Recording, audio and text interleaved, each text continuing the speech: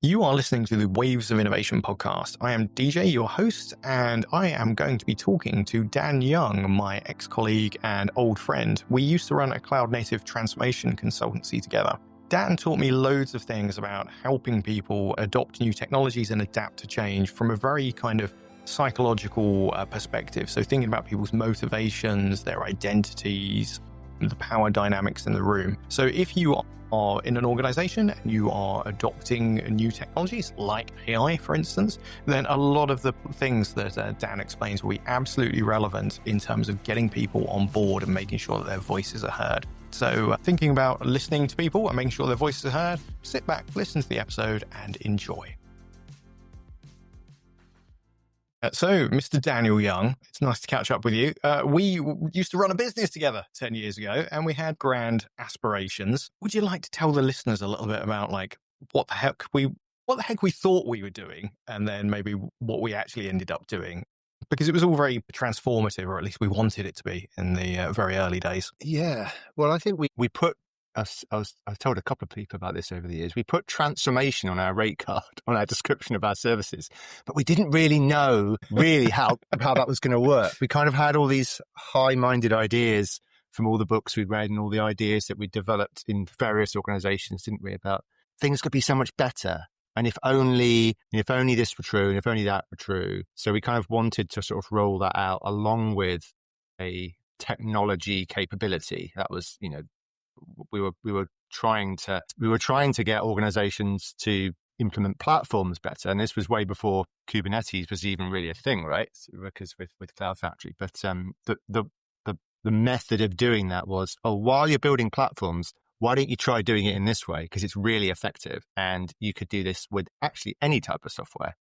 So that was kind of it, and as we kept working together, we broadened our horizons away from just the software team itself into other parts of the business. The more leaders we spoke to and the more we saw of the clients, we started to realize how important it was to get a grasp on how people came together at a bigger scale across multiple teams or department level, and how decisions were made and how money was allocated and how incentives were structured and all that kind of stuff. So by the time we parted ways after, 5 years? Was it 4?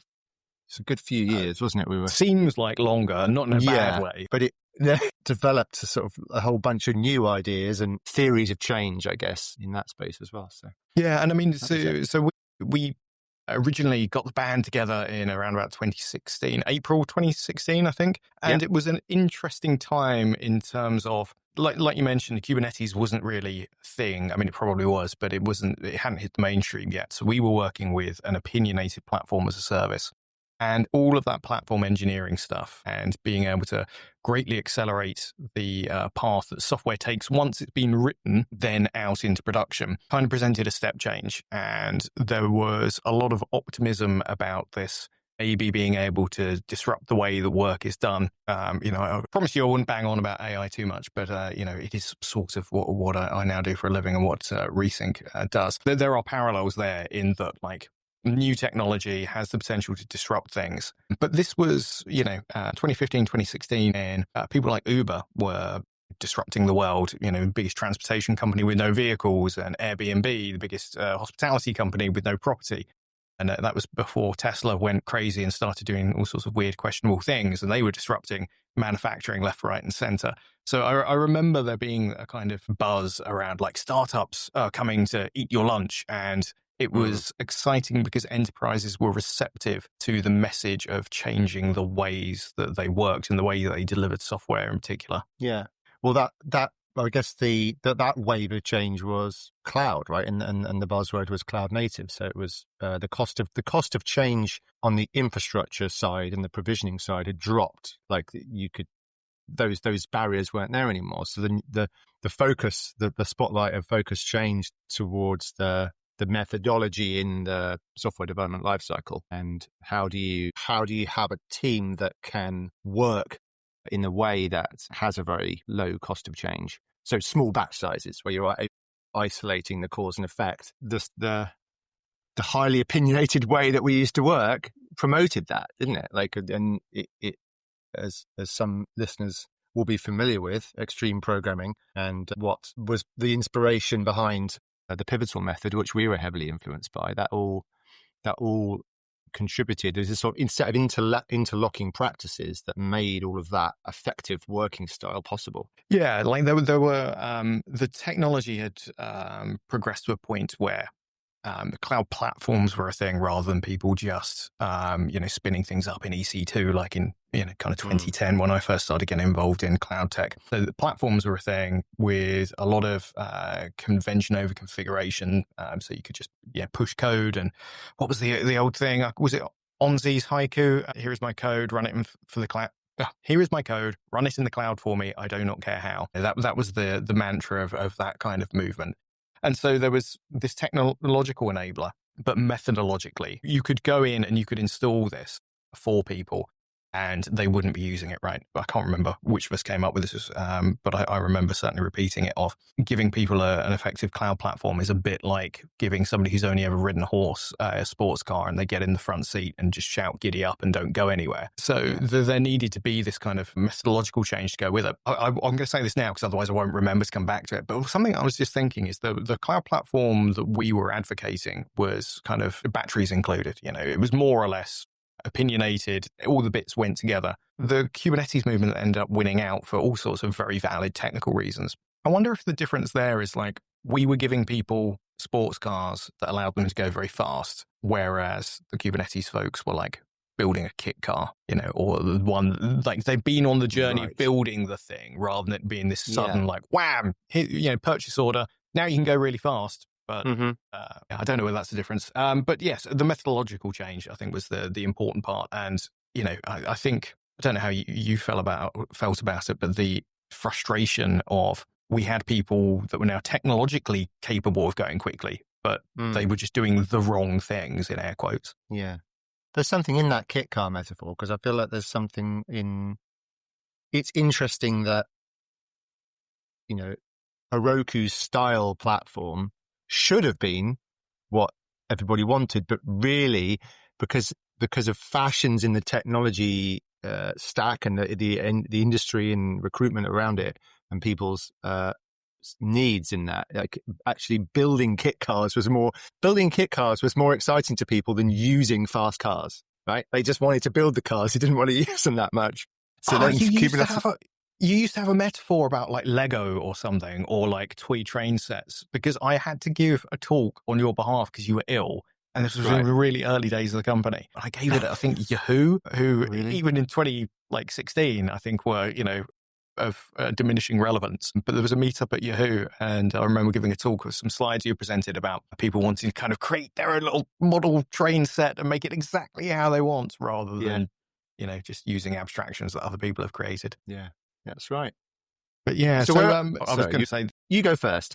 This is something that either Jonathan, our editor, is going to have to deal with, or the poor listeners of you and I speaking over the top of each other because we know each other so well. Yeah, so the methodological change and the kind of habits that we wanted to see people shift, to put those in concrete terms, we were coming from a place where we'd been heavily influenced by, as Dan mentioned, the pivotal methodology, which is hardcore extreme programming, kind of 8 hours a day pairing all the time, unless you're writing documentation or, kind of working on a spike or something like that. And pretty strict continuous delivery as well. So, trunk-based development, every commit should be ready to go to production. And when we encounter people that weren't working that way, it's frustrating. Having experienced that and how little nonsense there was in it, how effective a team could be. Certainly for me, it was hugely frustrating going to other places and being like, God, what are you doing? What is this Jira board? How have you got these stack ranked and they've got different priorities at the same time? That's not how Kanban works. It was hugely frustrating that we'd kind of seen the light on this front. I think maybe there was a period where we thought it was the right tool for every job, but certainly it was better than a lot of what other people were doing, and just kind of wanted to share that more effective way of working. Yeah, and it's for the entire time that we did run a business together, we spent a lot of time sort of with, pitching that set of practices that made up XP against the more individualistic methodologies. And I would say that that's what I noticed. It wasn't until we finished working together, when I look back at still this burning heat around the kind of the issue of like trunk-based development versus branch workflows, and pull request workflows. Like that just is such a hot button topic, as is pairing. Like people are like just absolutely wild sometimes if you even suggest that they would pair, and other people are like, how could you not pair? And what I finally realized was, I think it's got nothing to do whether these things work or they don't work, right? If it works, it's because your values align with that. So if you worked in Pivotal and you left Pivotal and you're bereft and you're mourning the loss of Pivotal or anything like that, it's because you've got this collective mindset. Like all these things like trunk-based development and pairing, they're about doing things that are good for the group and not just working on your own. Like I'm gonna put my headphones on, I'm gonna go over here, I'm gonna get on my branch and see you all later on. That is the kind of, I think Jez Humble said this once back in the days when we could actually use Twitter. He said something like, there's a mythology around the reason it strikes at the mythology of what a good developer is to do things in that way and to reject trunk-based development pairing and say that it's not possible is because it doesn't align with your core values of like what a good developer is. It's like you're a lone wolf. That's the kind of theory of it. So, and I think that's what it is. That's why it's so difficult to internalize. But yeah, it's true. Once you've seen it working, you can't never go back. So it just does take. Yeah, and I think the one of the things I've always appreciated about your insight, and more so over the years since we worked together, kind of having noticed it, maybe taking it for granted at the time, is thinking about things like people's individual values and their, psychological motivations for things, of why it's not just as easy as telling people, like, hey, go and do a thing. Like, we've got a new technology, we've got a new methodology, just do what you're told. Those kind of changes don't tend to work out well, and trying to get to the heart of what it means for people's identity to be changing habits, changing the way that they're developing software. I mean, for the listeners who are more interested in AI, whilst we're prattling on about 10-year-old cloud platforms, I think there are a lot of parallels there of asking somebody to, the way that they deliver software to be different. That's going to be peanuts compared to not writing the software and asking, an AI to do it. So, that kind of understanding what it is about people's identities, what they value about their job, what motivates them intrinsically, rather than just like, right. Hey, here's a Word document that says what you should do now, go and do it, and being surprised when that doesn't turn out very well. Yeah. I mean, the last time we spoke, because I'm doing a lot of coaching work, but you're closer to code writing day to day. So you're in these dangerously modern workflows that involve AI. You're experiencing that yourself, and you're working with organizations that are also coming to terms with it, and engineers are, they're in Claude and they're doing all their stuff. What is it that is now, what are the headlines in terms of the biggest shifts? I mean, the one that I remember you talking about was how roles shift. So engineers become more like coordinators or managers, if not product managers, and product managers can vibe code something. So they start to shift more towards engineering potentially. So the old boundaries are starting to become a bit blurry, and that could impact things. Yeah, that's definitely one of the things that's happening is, the developer workflow having the potential, not necessarily, but to shift left into the product sphere. And exactly as you described, the product kind of workflow to shift right into actual implementation.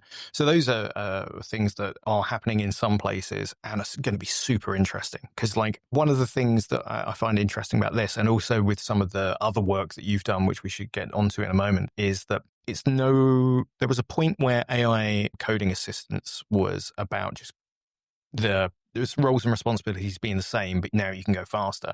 But the idea of changing the boxes and like redrawing the boxes on the org chart, that is where we get into fascinating territory. So like, as you described, that's definitely a thing that's happening. There's kind of a few phases that I think people go through. There's a population of developers who are there's a population of developers who are fearful, and it's like all that identity stuff we talked about previously. Mm, Like, I enjoy writing code. It's what I'm good at. It makes me feel good. That's how I present myself to the world as an effective coder.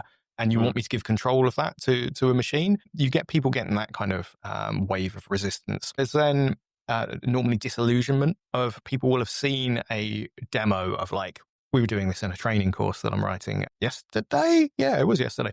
Of like, create a Flappy Bird clone, and 2 minutes later an AI agent's done that, like, from beginning to end, and mm, people are like, oh wow, it can do quite impressive stuff. And then you get it to do something very specific, and they suck at those kind of tasks, or at least they need a lot mm. of support. So people then get into a disillusionment, and then there's all the kind of normal organizational change challenges that happen thereafter. On the subject of some of the other work that you've done, so maybe if we take this through the lens of our old company, Engineer Better.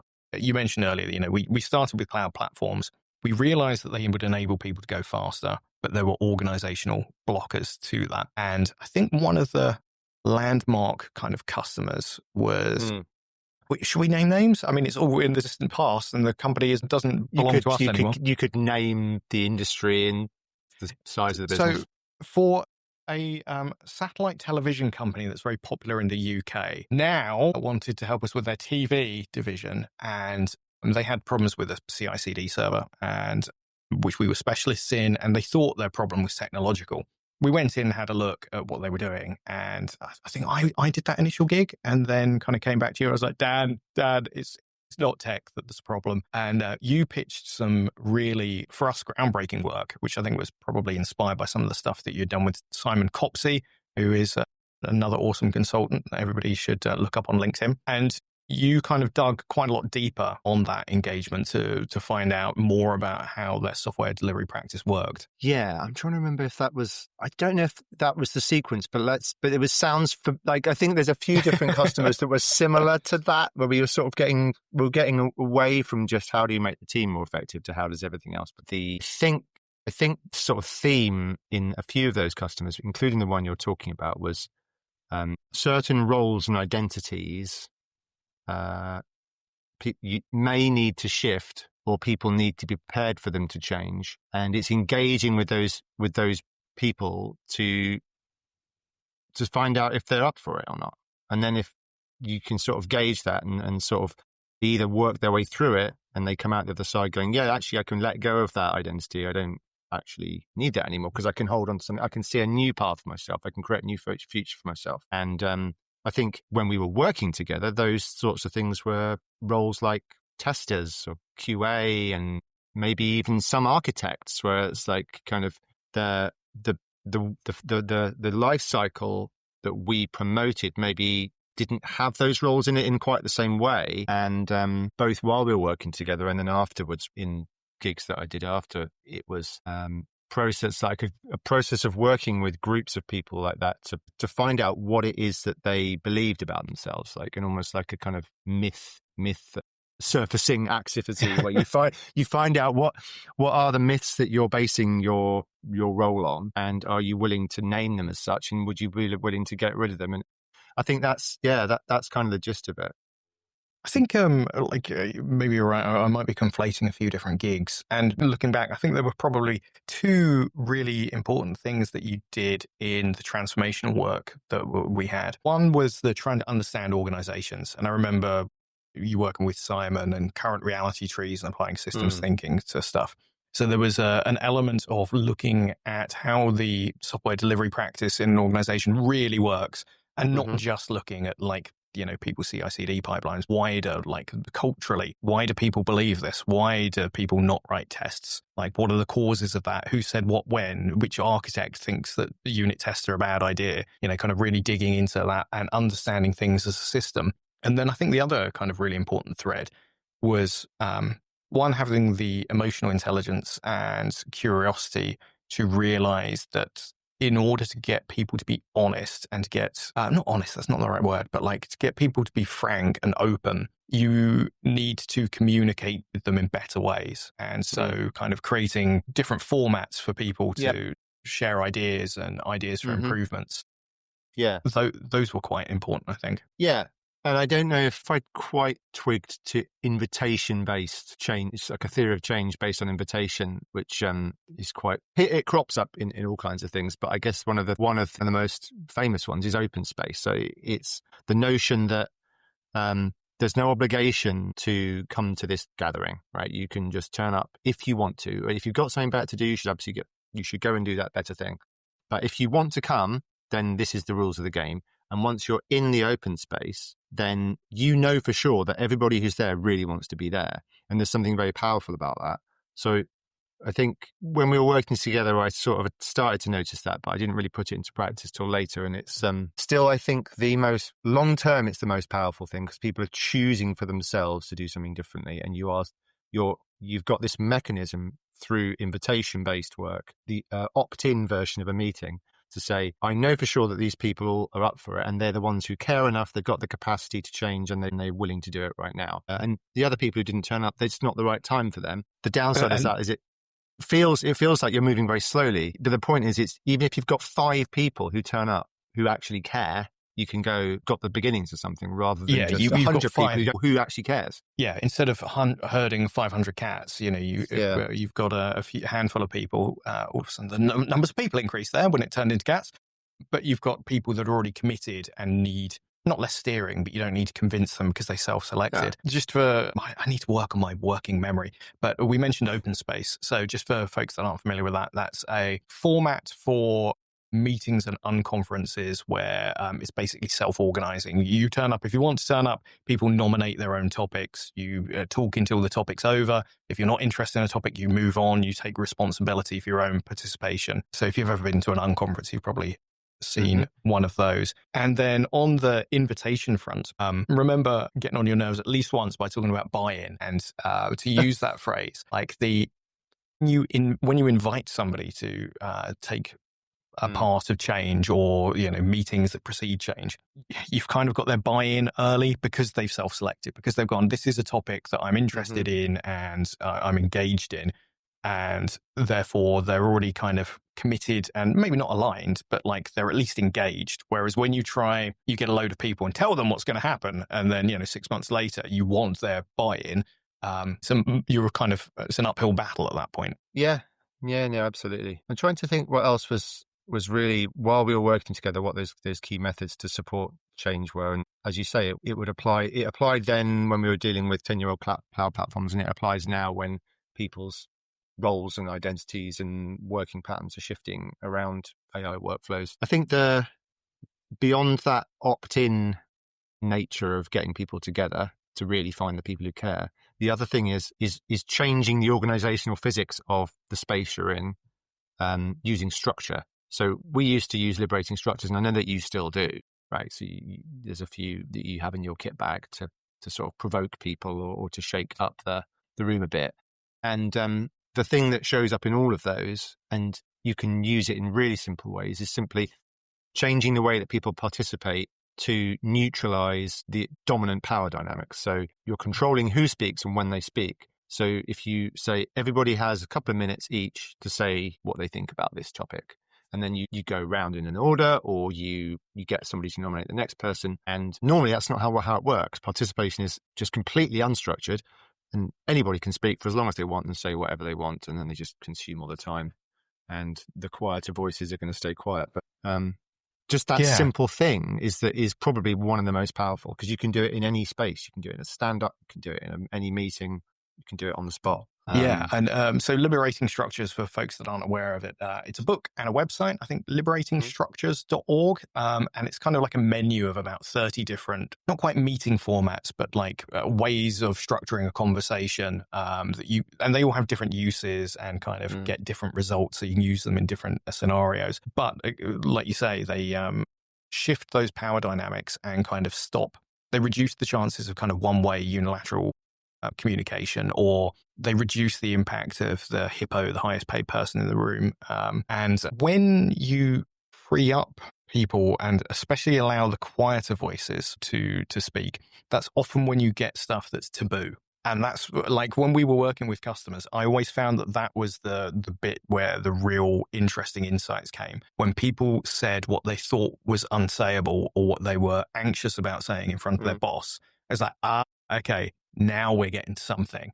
It's Yep. because, the chief architect didn't believe in unit tests, or because, the Right. CTO was friends with the CEO and got the job by playing golf or something. It's those kind of things Hmm. where you all Hmm. of a sudden got a better understanding of dynamics that then showed the rest of the organization in a totally different light. Yep. No, yeah. It just reminded me of the all-time classic role that we uncovered, where there was a slightly detrimental incentive, which was that an operations engineer was getting paid way more than their basic salary in overtime to click next on manual updates on the weekend. And surprise, surprise, they didn't really like the idea of automation. They didn't really want a platform that deployed itself in a pipeline. No, strange that, isn't it? Like, we could have automated it and then, just run a command and it does itself in a couple of days. Or, Yeah. and bearing in mind this is hundreds, if not thousands of VMs. Or this individual could spend the next 6 months working overtime and get more than their salary in overtime payments. Strange that, isn't it? Yeah. Yeah, it reminds me of incentives as a difficult and tricky one. And again, so the example I was just thinking of is at a betting platform company that underpins a lot of the kind of betting brands in the UK. And their testers were paid by the number of passing tests that they had. So they had absolutely no incentive to find any bugs or to write any tests that might find any bugs. And unsurprisingly, their stability was really terrible. And things like incentivization, I think it's still a persisting frustration to me at the moment of like, why is most of the world so bad at this stuff in the first place? And I wonder if this kind of gets dangerously into maybe politics, but like all of the we mentioned power dynamics and being sensitive and aware of that and talking about psychology and people's motivations and sense of identity. And I worry that a lot of people like write that off as hippie bollocks. We can swear on this podcast, by the way, but hippie nonsense for our international listeners that maybe don't speak British vernacular and so don't have the curiosity to at least consider it. And I know some really like gung ho, bravado filled, fiery engineering managers and directors who can be very forceful, but at the same time, they have an awareness of these kind of things and of identity, psychology, people's values, and the power dynamics in a room. Why aren't people more kind of aware of this? Maybe I'm being unfair. In your experience, like, and especially the work that you've done Hmm. since, have you found that people are completely ignorant of these kind of topics, or do they not feel able to explore them? Is it something they've never even considered? So some of it is, it's not fashionable, I think, if you just get to like group work in general, and this is something that I've reflected on a lot with Mike Rosinski's collaborator, Mike, who I've worked with for a few years. We set up When in House Studios as a joint venture to together work on coaching and helping organizations and individuals with their with the way that they approach intentional group work. So one of the things that we talk about is this issue of how in organizational life, like what is it that's stopping more relational work being part of what's normal? And it can be, how are people relating to each other? How are they actually sharing their thoughts and feelings in the day-to-day of their work and actually connecting with each other and humanizing each other as groups? And it can be about power. So, that vertical difference, power differences that exist across the vertical dimension of an organization. That is itself kind of a taboo topic. And there's a kind of devil's bargain, is that the right Faustian bargain, between workers and their employers and their managers and the bosses of the bosses, which is, we'll pretend to know what we're doing and you just get on with what we tell you to do. And on the flip side of that, when you get people who are in the workforce together and they look up to the top of the triangle, they're like going, please give me just give me certainty. Just tell me you've got a plan. You do have a plan, right? You know what you're doing, but they're just winging it at the top as well. So, but everyone wants to pretend that's not the case. And it would be unthinkable for somebody with a high level of power at the top of the organization to admit that they're just as scared and vulnerable and worried about all the same things as their workers are. They want to belong. in their peer group. They want to feel safe in their roles, and they want to feel competent, and they want everyone to think about those things. But they don't want to ever have to admit that that's shaky on shaky ground. So it's fun listening to you talk. All of a sudden, all the organizational transformation sales pitches are coming back into my head, and all the metaphors we made. Because as you're saying that about the unwillingness to be vulnerable, or maybe unwillingness is unfair, like that's an uncharitable take, but the impossibility or the challenges of being vulnerable when in a leadership position. Yeah. You used to frame that as the iron triangle of, well, not quite the iron triangle, but it leads to, we were big on root causes, and that if you don't change the root cause of problem, then, you're not going to get very far with it. So to contextualize this more, we're talking about, or often we were talking about software delivery practices. It could be adopting a cloud platform. It could be these days, adopting AI in one way, shape or form.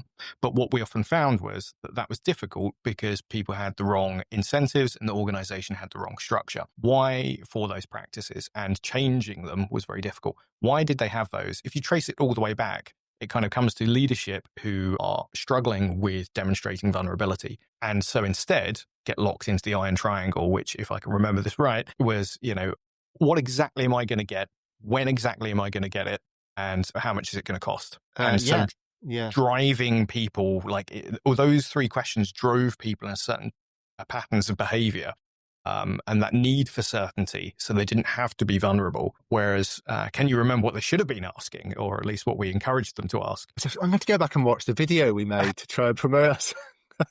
Yeah. So we were instead encouraging people to, instead of how much is it going to cost, how much am I going to make? So thinking about opportunity and, kind of prioritizing things by cost. Well, what's of delay. It worth? I guess it's like not how much it costs. What's it worth to do this? Yeah. Yeah. And instead of what am I going to get, how is it going to change the world? Like, what's the impact it's going to have? So instead of focusing on the requirements, do you remember when we went to see those folks from the UK bank that have been significantly bailed out by the UK government? And we asked them, how do you know if a project's been successful? Well, if it came in on budget and on time. Okay, fair enough. How do you know if you built the right thing? Looked at each other, bearing in mind we were there in t-shirts and they were there in suits, and they were looking at each other and saying, well, there would have been a requirements document. So, if the requirements have been met. Okay. How do you know if the requirements were asking for the right thing and, therefore you built the right solution? And I'm like, oh, we've never really thought of that. These are people that are in charge of IT for some massive bank and had been for decades. Yeah, that kind of thinking it doesn't seem to be present in enough places. And maybe that's why startups can be, in some instances, more effective because they're more comfortable with the vulnerability and the uncertainty. Possibly. Yeah, I wonder where the best examples of that are, where there's leadership who can sort of dance with the power dynamic of, I ultimately have control over things here, but also I don't. So I don't know what it is. Maybe it's more like a cooperative sort of arrangement or self-managing structures. I mean, there's certainly, if from Frederick Laloux's work in self-organizing groups, structures. There's any number of smallish examples, where companies have or organizations have sort of Dunbar size, the Dunbar's number, which is, what is it, a maximum 150 people you can hold in your field of understanding. Crikey, long gone are the days that I had to even understand 150 people. I remember back in an ecosystem, knowing hundreds of people by first name at conferences. Now, after 5 years of working from home and the pandemic and, kind of a career break after, then I probably speak to 10 people on a regular basis, if that. And, I live in a house with most of them. Just thinking about some of the things that we're talking about in terms of liberating structures, surfacing information, and novel insights, allowing people to be vulnerable and understanding a system better. The work that we did for a company that we shan't name, not because they still exist, they got shut down in rather spectacular fashion, which had nothing to do with us. We weren't allowed to go and talk to the CEO, but let's say they were a type of sports betting company. The workshop that we did there was, I thought was quite useful, and those are techniques that I still use today. Do you remember what we did? And can you rattle that off and the benefits of it, or should I? take us through it. Why don't you remind me the sequence that we used, and I will add some colour to it. So, I mean, the remember. fun part about this was all Dan's work. This was nothing to do with me. I just turned up and shouted loudly, which is pretty much all I'm useful for. But we were asked by a customer to have help them with an internal kickoff. So there was a new CTO, and he asked us to like hold up a mirror to the organization. And he was like, I need to know how it actually works. People are telling me things. I've got a copy of the org chart and, the wiki that's out of date, but I need to know what's actually happening here so I can understand it as quickly as possible. So we went in, and he had changes in mind as well, things he wanted to try and kind of become a more tech first company rather than a finance first company. And so at a big kind of internal conference, they got all of the developers who have been working remotely all around Europe together. Dan used a couple of the liberating structures. So we used Triz and 124 all in group setting to try and find out what was going on in the organization. Do you want to quickly like run people through what Triz and 124 all are? So they're both pretty popular liberating structures, and 124 all is a very foundational one in the menu, and it allows a kind of layering and building effect with collective thinking. So it uses a technique right at the beginning, which I still use even in isolation because I think it's very powerful. It's just think on your own for a minute about this question, and you can inject any question into it. And one of the things that almost never ever happens in any meeting you ever go to is just thinking quietly before you speak, right? That's what something do that you never even happens in want my to say? life. That doesn't happen in my life at all, thinking before I speak. That was a novel idea to me. So you invite people to think about a question for 60 seconds on their own. Yeah, right. And then they can pair up. The ongoing joke about 124 is if you can count, you can do it. If you can count to 4, you can do the thing. So you get 2 minutes with 2 in pair people to compare what you wrote down, and you can see, did we write the same thing? Are they wildly different things? What's going on here? And then you pair up. Combine the pairs into 4s, and you do 4 minutes with 4 people, and you go, what have you got? What have you got? And so you're sort of, everyone in the room's doing this in their 2s and their 4s, and it's sort of parallel processing, and you're filtering out the answers that people have got to the question. And then finally, when you go to the all part of the activity, you're saying, okay, let's just hear from each group. Let's hear just a few highlights, or what stood out in the conversation you just had, from the ideas you've harvested and you've all compared. And by the time somebody's going, yeah, I'll speak, and they're saying something to the whole room, you're just hearing the sort of distilled and filtered version. So whatever has surfaced and bowled up to the top is probably the kind of trend. It's the most important thing, the thing you should be paying attention to. And it's easy to process, when you've just got groups of 4 and one person from each group speaks. So yeah, it's really popular. It's probably the one that most people know and have used before. And Triz, sorry. Well, just before we go on to Triz, so with the 124 all, we did this that particular instance with I think about 100 people, if memory serves me correctly. But some of the benefits are by having that one, as Dan mentioned, you've got that kind of 60 seconds of reflection. So idiots like me don't just start talking without having to think first. But by breaking people up into these smaller units, if you do have a couple of dominant voices, their blast radius is greatly reduced. Like they can only really impact the people that they're paired up with rather than the whole room. You also get, and this is something that we did at that workshop, was by getting people to pair up and go into 4s with folks that they didn't necessarily work with day to day and from other departments. There was all of a sudden a humanization of other departments where they've been throwing work over the fence previously and kind of grumbling about each other on, ServiceNow tickets or on Slack. They were confronting each other.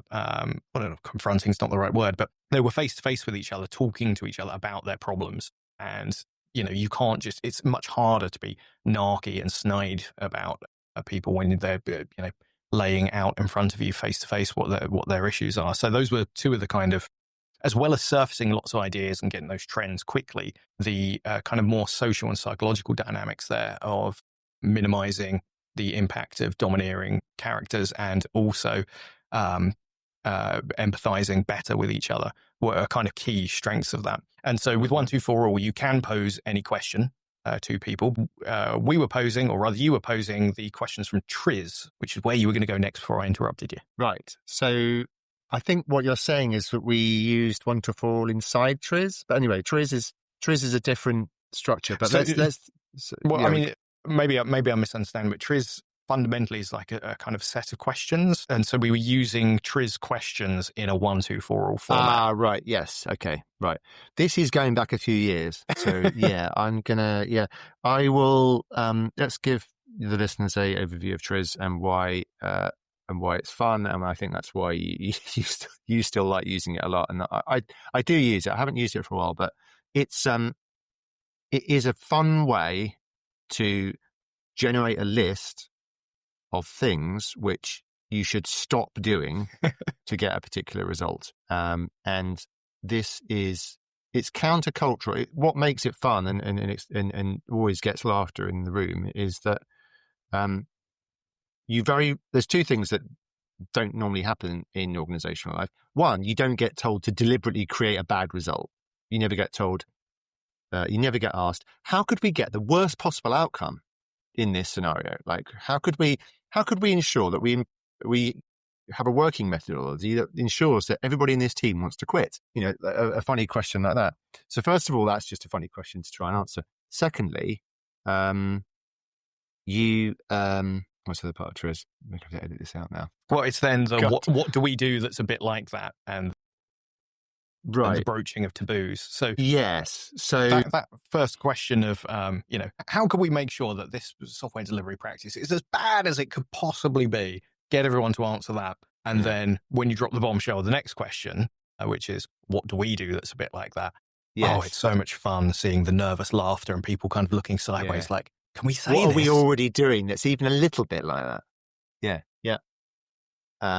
And then the last question, I think, is, and that was what my mind was telling me the point to make was, what you never actually get asked normally in organizational life is what to stop. People are rarely stopping stuff. It's just start things, like do new things, build. Stopping stuff is it's not as glamorous, is it? And doesn't usually pay off quite as well. I'm going to stop all this stuff. No one gets rewarded for that. But as a technique, it's fun because of those elements of the novelty is the starting question. Like, how do we make sure this is rubbish? It's fun and exciting because of the taboo element of like, oh, can we call out that the testing's really rubbish? And then, the stopping things is, again, a kind of counterintuitive thing of so many people want to add more rather than take things away. Mm-hmm. And it allows people to kind of point out what they think are mistakes or ways that organizations are shooting themselves in the foot. And I used this a couple of weeks ago, or a bastardization of it. We were talking about adoption of coding agents in a software organization. And so the question that I posed them was, imagine that you're about to hire 200 junior developers that come from a culture where they always say yes, they always want to make you happy, and they've got a intravenous supply of Red Bull. How can we make sure that this goes as badly as possible? Like, how can we make sure this is as big a disaster as we possibly could? And the analogy there is like, well, that's what it's going to be like when you've got loads of AI agents writing code for you. And it was, really insightful. And one of the things that was kind of valuable about that was it proved, we did it again in a kind of 1, 2, 4 all format with a lot of people on site together who've normally been working remotely. And it was surprising that we got a lot of consensus. There wasn't too much tension in the room, but lots of things that, poor quality testing or not enough test coverage were universally accepted as like, okay, this is a thing that we need to address. So, okay, well, why haven't you done this up until now? But at least then it was clear that everybody thought that it was an issue that needed to be solved, which is a good starting point as opposed to not having that alignment. And so these kind of tools of allowing people to speak, inviting them to say things they might not do otherwise are kind of quite powerful when trying to help an organization adapt to change. Earlier, you mentioned invitations, inviting people to partake in a process. I just remembered that you had I don't know whether this was something that you got from somewhere else, but quite a crazy idea of your invitation-only meetings. Can you remind me how that worked? I don't know if I stole that from somewhere. I think what you're remembering is the idea that you would make a change to meetings in a business where you say everything's optional. You don't have to come to anything. Was that it? I think that's yeah. kind So didn't you, with a customer, have a weekly meeting where there was no agenda and nothing was going to happen? You didn't force anyone to come to it. You just told right. people, I'm going to be here for this period of time. If Yeah. you want to come. If Yeah, you don't, I don't. did. No invitee list. I And then did have a slowly it client like that. snowballed. Yeah, I did have a client like that, and I still maintain that that was my favorite way of working, and I would like that as a blueprint for every client. But I can't reproduce it often. So what happened was I had a client, a charity, one of the biggest UK charities, who hired me to do some coaching and sort of support, just to provide a supporting presence around organizational change in their sort of people department, people culture and OD and L&D, and I was floating around there. And the contract got signed, and I turned up for my first day at work online, and I couldn't get hold of anyone. And I was like, "Hello, so I'm here. It's my first day. What would you like me to get started with?" And eventually, a day later, I got a message saying, "We're all really busy right now, and we can't tell you what we want you to do, but we'll get back to you." As long as they're still paying you, that's the main I said, thing. "Well, okay, I'm on the clock, but okay, we'll see how it goes." And then I sat and thought for a while. I was like, "Oh, if I was going to make up my own work, what would I do?" I said, "I don't really know, but I know what I'll do. I'm just going to find out the names of the people who are in this department who I'm working with. I'm going to send all of them an opt-in meeting, optional. Like, I'm going to be here on Wednesday afternoons every week for an hour, not too much of your time. These are the sort of things we might do. Turn up, bring some of the problems that you're experiencing in your day-to-day roles and in your teams, and we'll see what happens next." So it's quite vague, but I gave a sort of hint as to, I think I gave some links off to examples of how this had worked elsewhere or what sort of things I might do. And I think, I can't remember how many people turned up, but it was more than I was expecting. I was expecting nobody, and maybe one. Unsurprisingly. I think I got 4 or 5 people, and it was brilliant because they didn't, I knew that they all wanted to be there. They were curious, and they're like, "What is this thing?" So it was almost like a drop-in center for organizational change. And we just started working through, by the end of that hour, I was like, right, well, it seems like these are the 2 or 3 big things that I'm hearing from all of you. And I've got some ideas already on what we might think about next time.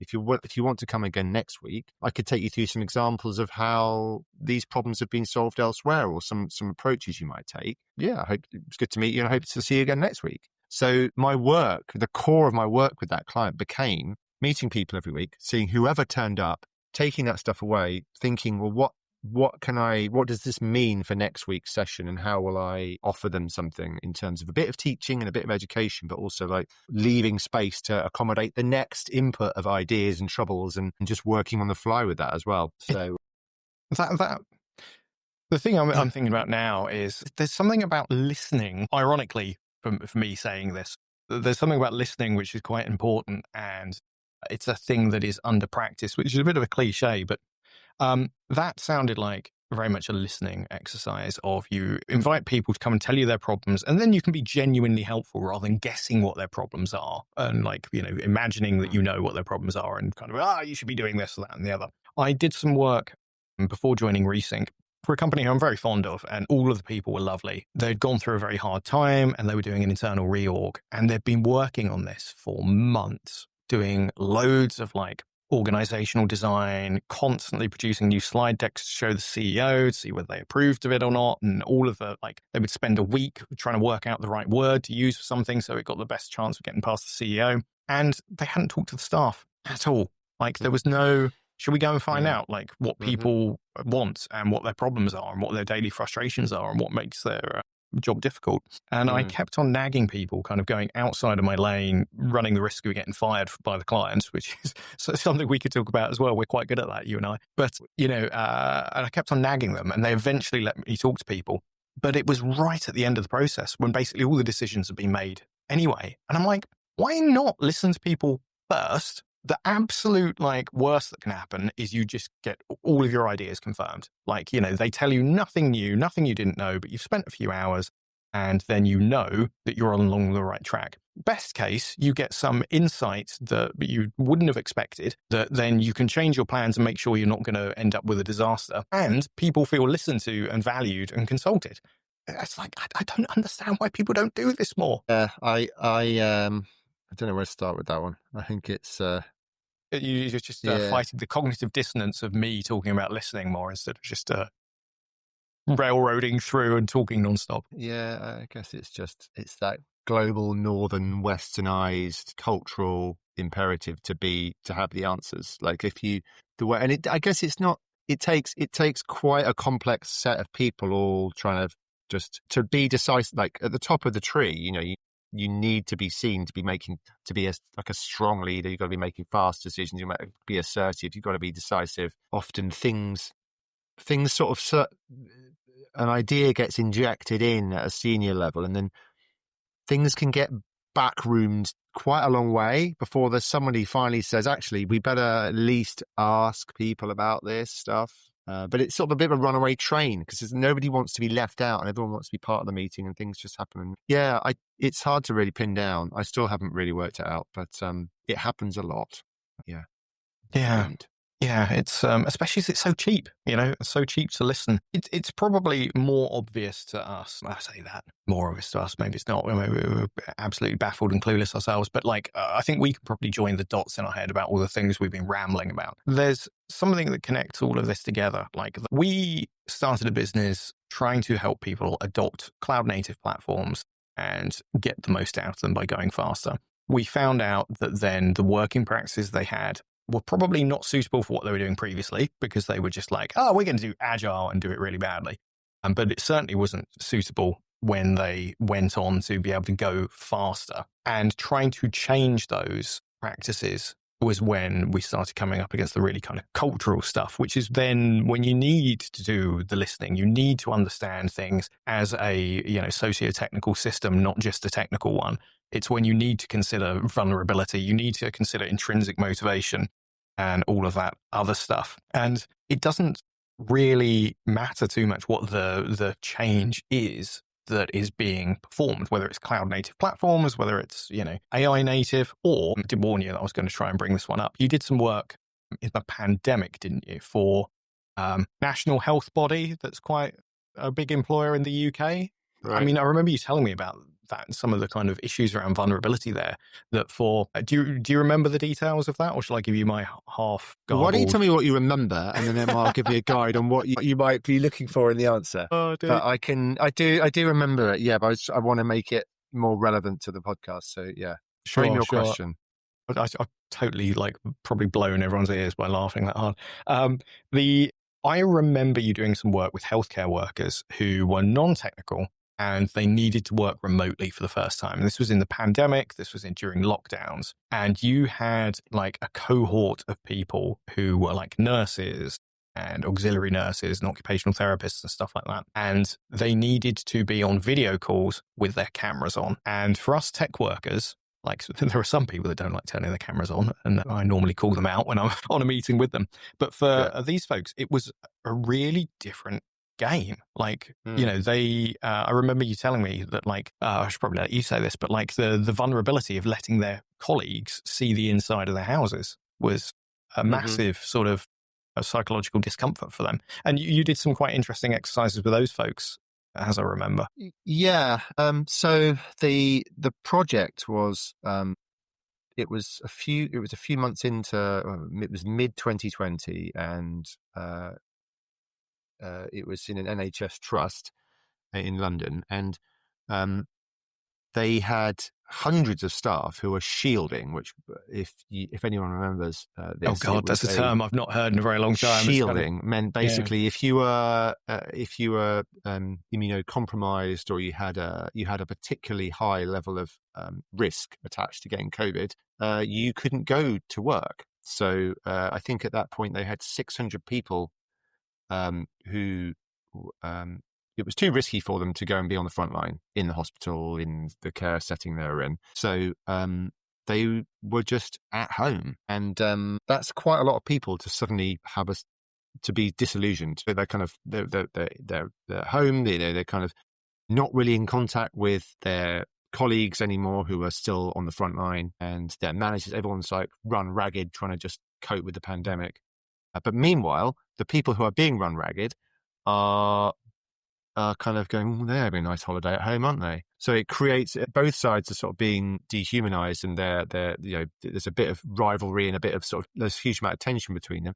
So it was a community building project for the shielders to allow them to create a community and to create a sense of purpose around their situation, and to find a way to find a new role for themselves, even though they couldn't directly help. Like, what is it that we want to do for each other? What could we do to contribute in the situation that we're in? And we're doing this online. And yeah, most people had never, ever done anything like that before. Whereas, you and I would have been fairly safe in the assumption that if we work with a client and we have to work online, they have a computer and they have a camera on it, and they are, probably willing to use it most of the time.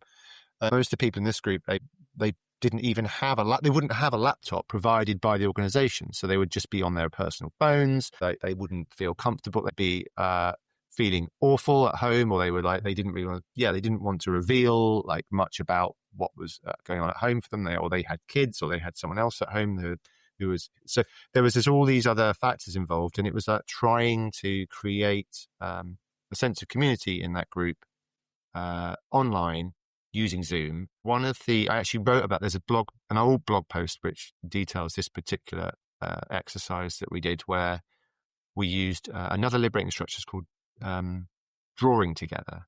The purpose of drawing together is to produce a picture that describes something about a story that you want to tell, or experience that you've had with things that are very emotionally charged or potentially traumatic for you. It's quite nice to be able to communicate without using words, particularly having to use your voice. It's quite nice to type things out because it's easier, but still, you may not even have the words to describe what you're experiencing. So, but you could put it into a picture. So the drawing together was one of the first times I'd used it and got really impressive results, and people being able to create a picture and then show it to somebody else on the screen, hold it up to the camera you put them in the breakout room. They okay, well, what's your picture like? You show it to their partner, and that person interprets it and says, well, this is what I see in that. From what I can see in this, there's certain shapes and structures you can use. There's only like a language of 5 shapes you can use in the picture, but people always use that quite creatively, and then they come out of that feeling very different, because they feel like they've been heard, that the other person in their group has played back to them something that they were unable to voice themselves potentially, or didn't feel that they could do so comfortably. And maybe they've heard something new. Maybe there's something that they heard in that other person's interpretation of the picture that they hadn't even considered about their own situation. So, and that always got really good results. So I took that into enterprises as well, and found it worked just as well in places where, it's like you were saying, it would seem really hippie and woo to ask people to draw stuff. But actually, no, it's really good. It works really well. Yeah, and just the point about people feeling heard, and it's not that hard to take time to listen. Again, all of our ex-employees are probably rolling their eyes, their headbutt on their desks because they had to work less so with us, more with me at one point in history, and that's not what you did, DJ. But it's not that hard to listen, and the value of feeling heard. Like, you can listen to someone, you can do a listening exercise. You don't have to do anything about it. If they complain about X, Y, or Z, you as the leader still get to go, well, okay, I'm not going to change that because this is the way that I want it to be for these valid reasons. But at least that person knows that you've listened to them and they've had a voice and you value them enough to take the time to do it. And when you're kind of trying to enact a change in an organization that people may be excited about, or they may be deeply uncomfortable about, the idea that you're going to be able to get people to change what they do without, giving them any kind of voice to tell you what they're uncomfortable about is, slightly daft. Well, I think that there's another pandemic example that you've just reminded me of. That and there's another post about it. Do you have show notes? Is that the sort of thing that we're going to put links in? Yeah, I can. We can put stuff in the comments. Notes, so there'll be a link out to another story about a pandemic example where I was working with Mike Krasinski, who I mentioned earlier, and we were in a big North American telco in the pandemic, and they immediately told considerable number of their people to stop doing their jobs as product managers and engineers and everything else. They're like, stop doing that. As of Monday morning, you're answering the phone. and you are taking bookings for vaccine appointments across the whole country. And because they were such a big telco, they were considered like a public service. Like they were like, we don't have enough people in our call centers. You're all going to have to do it. And everyone was like, what? So, but the interesting thing was they weren't told that there was no actual communication about whether their other work was going to be put on hold. So all of their deadlines and other stuff just was kind of like left in place without anyone saying, don't worry about that. So they kind of weren't doing their normal jobs, but they still, when they eventually came back to it after a few weeks, everyone was like, well, where's the stuff you said you were going to deliver? So that was obviously very upsetting for a lot of people. I worked on a large scale kind of post-mortem gathering for that group of people, which the leadership had endorsed because they knew that there was so much upset that they were going to have to do something. And conventionally, these kind of interactions are, like I said before, it's where the disaffected group of employees are sort of looking up to the top of the triangle and they're saying, what are you going to do for us now? Or, and then there's this kind of bargain or transaction which takes place where the leaders are saying, we'll listen to you, tell us what you want or what you need now, and we'll try and do it. But what was interesting that came out of that workshop was that when people are allowed to talk to each other and use techniques that we've talked about to actually think and stop and write, well, what do I want to say? And now how am I going to say it? I'm going to say it safely in text, or am I going to write something anonymously, or am I going to say something finally to a group of people? And we're all capturing this stuff on Miro and, other tools and harvesting it all. When we took all that information away, the thing that kept cropping up was this comment, now I know I'm not alone, right? That was what people were like, I feel like I'm relieved now. Like, actually, I don't really want some special answer from the management. I know there's nothing you can do. It was a crazy time. Like, there's all this stuff that was going on and decisions were just made. But I feel better for having spoken to everybody else who experienced that. And now I'm taking that away and I feel like I can have some sort of closure from it. Yeah, I mean, that's just in terms of, it just makes you feel lovely if people can say that, and then presumably they're going to be more effective in their work. Whatever is happening is going to go more smoothly. What advice would you give somebody that is trying to enact a change? There's a transformation going in their organization. Maybe it's a willing one rather than something that's outside of their control, like the pandemic. They're trying to encourage change in one way, shape, or form, and they have folks for whom they're responsible.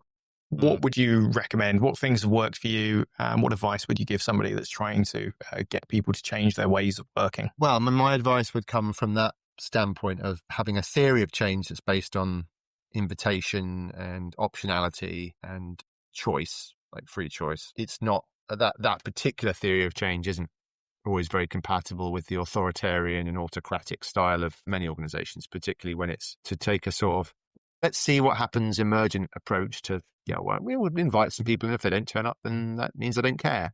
Like that doesn't cut it for many organizations. But if it does, or you can experiment with that, I would recommend it.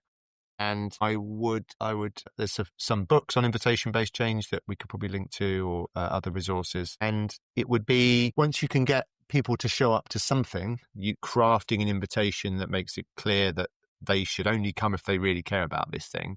You've then surfaced the people who have got the time to do something, they've got the capacity, and they care enough to act now. So that's your starting group.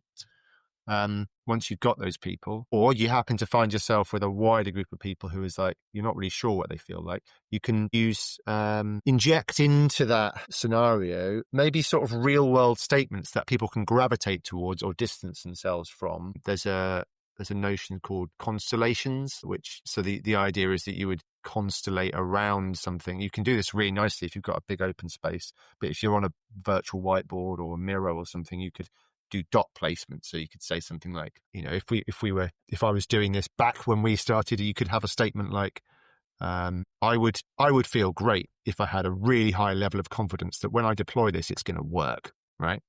I have a high level of confidence that this is going to work, and I want to work like that. And like you could say, how closely to your sort of values and needs is this, and how far away? And you would find some people are like, yeah, I really want that. Some other people are like, I don't know if I do want that. And you could do the same with any other. So if you could, I guess, in the examples that you're talking about now that are right up to date, if there's people who are conflicted about their attitudes to Gen AI in workflows, you could concoct some similar statements to just get a snapshot of where people are, like where are they gravitating to on this spectrum of ideas, and you can do that visually. And then move forward from there. Cadence again. I mean, like we always used to talk about regular cadence. I think just doing things at regular cadence. Just put stuff in the diary, not just for a short term, like, oh, we're going to do one session and we'll work out after that. No, you say, no, we're going to take the next few months at least to put all these dates in the diary, plan it out now, and then you don't have to think about when are we doing the next thing. It's just clear your diary now. We're going to be meeting on these dates. I hope you can come. So nice. Yeah. Cool. Right. In that case, I should probably let you get on. I think I've got a newly minted 13-year-old who's due home from school any moment. It's her birthday today. So happy birthday, Millie, for all the podcast listeners. Your birthday has been mentioned and will be immortalized forevermore on Spotify. Happy birthday, Millie. Cool. Right. Well, thanks very much for taking the time, mate. It's an absolute pleasure catching up. And I think that there's probably loads more that we could talk about on this topic of change and transformation and the kind of psychology and soft skills side of it. So maybe we'll do this again. But yeah, very much appreciate your time. Appreciate our time working together and all the things I've learned from you. And thanks very much. Hopefully you enjoyed that episode and didn't find it too self-indulgent. Dan and I exchanging thoughts about old times. Dan mentioned quite a few books and resources in that chat, and hopefully we'll get links to them in the description. I would say below, but this isn't YouTube, so the description wherever it appears on your UI. A couple of those were the book Inviting Leadership, which is all about invitation-based change. He mentioned Liberating Structures.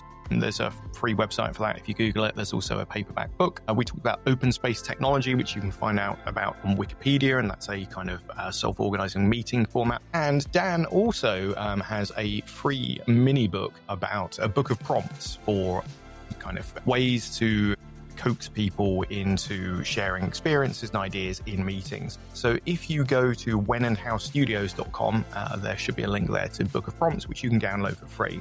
Now, when we were arranging this podcast, Dan made it very clear that he didn't want to do any promotion of himself or any of his material. So I am totally ignoring that and directing you to his website anyway. Hopefully you enjoyed that. If you have any feedback, it'd be great to hear from you. We found out that most of the people that listen to this on Spotify are finding it organically, so that's great. If you have any ideas or suggestions, then please email wavesofinnovation@resync.com. That domain name is re-cinq.com. Otherwise, be good to each other, and you'll hear me in the next one.